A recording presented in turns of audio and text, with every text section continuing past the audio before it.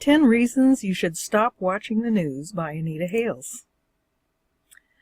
During the past 12 months, there's been a huge uptick in the number of people watching the news, both on television and on the internet. One could feasibly say that it's because of the unique presidential election in the United States.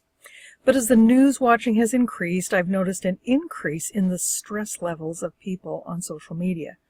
People who have been friends for a long time are suddenly alienated. People are increasingly worrying more and more about things they see on news outlets. I'm here to tell you, for your own sanity and general health and your relationships, to stop watching the news. Here are 10 legitimate reasons you should avoid your daily bath in news programming. Number 1, news is mostly misleading. I'm sure you've seen news stories about an incident like a bridge collapse, and what is the focus by the news media? The car on the bridge.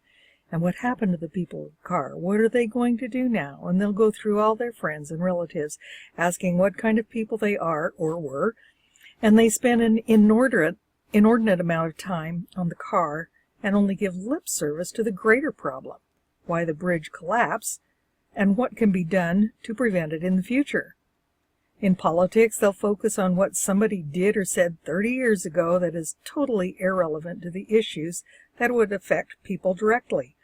Or maybe they'll talk about so-and-so's wife or husband and what they did 30 years ago, and they lead you on a merry chase down a rabbit hole. News journalists lead us to believe irrelevant things are important and plant hollow risk in our heads. Things that are important are underrated. The things that are not important are overrated. Rolf DeBelli said this in an article in The Guardian. Quote, "We are not rational enough to be exposed to the press. Watching an airplane crash on television is going to change your attitude towards that risk, regardless of its real probability. If you think you can compensate with the strength of your own inner contemplation, you are wrong. Bankers and economists who have powerful incentives to compensate for newsborne hazards have shown that they cannot. The only solution? Cut yourself off from news consumption entirely."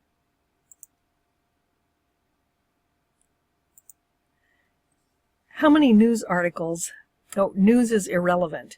How many news articles do you consume every day? I know people that live on news blogs and other outlets. They spend hours consuming content, but in all those hours, I bet they didn't find one thing that allowed them to make their lives better. If Thomas Edison had spent the amount of time that some people spend on news watching daily, we'd still be reading by candlelight. News outlets have convinced us that we can't get by with the paltry offerings they give us.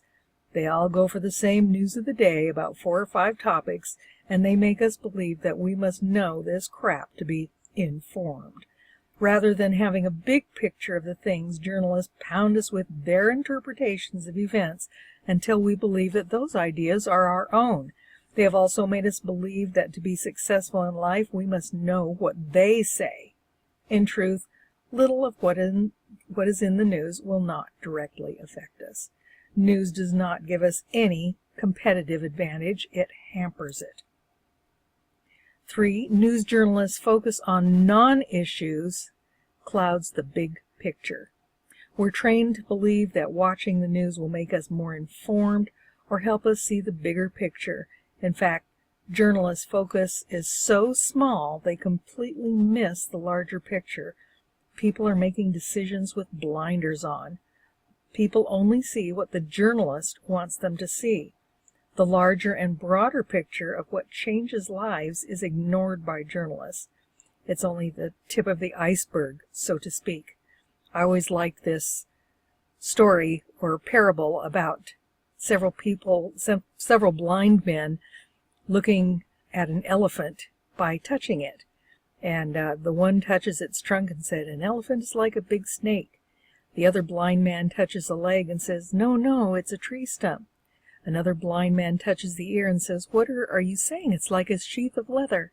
And another blind man touches the tail and says, "You're all wrong. It's actually like a furry mouse." And this is like us consuming the news that we are fed by the media.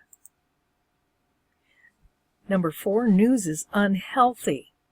According to Dobelli, quote, it constantly triggers the limbic system. Panicky stories spur the release of cascades of glucocorticoid or cortisol, and this deregulates your immune system and inhibits the release of growth hormones. In other words, your body finds itself in a state of chronic stress. High glucocorticoid levels cause impaired digestion, lack of growth, cell, hair, and bone, nervousness, and susceptibility to infections, not to mention headaches. The other potential side effects include fear, aggression, tunnel vision, and desensitization. In other words, it sets off panic attacks, and panic harms your immune system, and your body will be under continual stress. You probably won't sleep very well. 5, news increases cognitive errors. People have preconceived ideas. News feeds those with confirmation, and even those, if people have preconceived ideas, news feeds those with confirmation, even if those ideas are wrong. I'll get this right. Warren Buffett said, what the human being is best at doing is interpreting all new information so that their prior conclusions remain intact. So instead of being able to look at facts and reach a conclusion, news just feeds the conclusions we already have. We must feel comfortable with what is said, and if those ideas are challenged, people become fearful and combative. News journalists will supply reasons for everything based on what they know of your preconceived ideas. X happened because of Y. We get played all the time. And I like this quote by Shoseki. Truth only reveals itself when one gives up all preconceived ideas. Number 6, news inhibits thinking. Learning and thinking require time, uninterrupted time. News on television is constantly interrupted with advertising and breaking news. News on the internet will be liberally surrounded by distracting advertising and links. News articles are engineered to interrupt your thinking, making you a shallow thinker. We are also being trained to have short-term memory by use of constant interruption. Adults are getting trained to have attention deficit disorder. Comprehension is damaged by this type of programming, and the interruption technique is intentional. 7. News watching is a compulsion. Once you get hooked on news watching, it's like an addictive drug.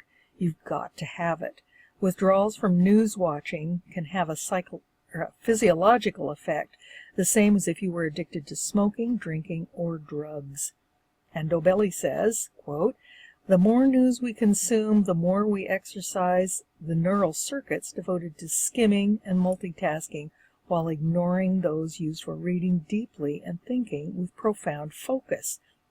Most news consumers, even if they used to be avid book readers, have lost the ability to absorb lengthy articles or books. After 4 or 5 pages, they get tired. Their concentration vanishes. They become restless. It's not because they got older or their schedules became more onerous. It's just because the physical structure of their brains has changed. 8, news is a time waster. Think of how often you check the news. 15 minutes here, 15 minutes there, etc. Soon you've lost an hour or more that could have been used more productively. You could have been playing with your kids. You could have been writing that novel. You could have been out enjoying the beauties of nature. There are dozens of things that could have been done with the time wasted on the news. 9, news makes us passive. Passive people have things happen to them instead of making things happen. If you want to control your life, you need to have some ambition. And here's what Dobelli has to say about how the news affects our worldview. Quote, it grinds us down until we adopt a worldview that is pessimistic, desensitized, sarcastic, and fatalistic. The scientific term is learned helplessness. It's a bit of a stretch, but I would not be surprised if news consumption at least partially contributes to the widespread disease of depression. Number 10, news kills creativity. If you want to have old solutions, watch the news. If you want to have creative new ideas, avoid it. Some of the most creative things were done before the advent of modern news outlets. Look at the genius of Da Vinci, Edison, Tesla, and so many others. Instead of spending time worrying about what the First Lady wore to the inauguration or what some Hollywood twit said, they were focused on the genius in their own minds. The most creative people in their fields are not news junkies. I was a news journalist for several years. I did my best to report what I could, but was always frustrated because the time on a radio newscast allotted for little but a couple of sound bites. I was discouraged from doing any in-depth reporting. If you want to know about something, read a book or a journal report. Don't listen to the news. If you want to know what the city council is really doing, go to the meetings. We do need information, and journalists could contribute to that in a better way than the mind-molding they do now. How about just the facts, ma'am? People are becoming more and more agitated by news reporting.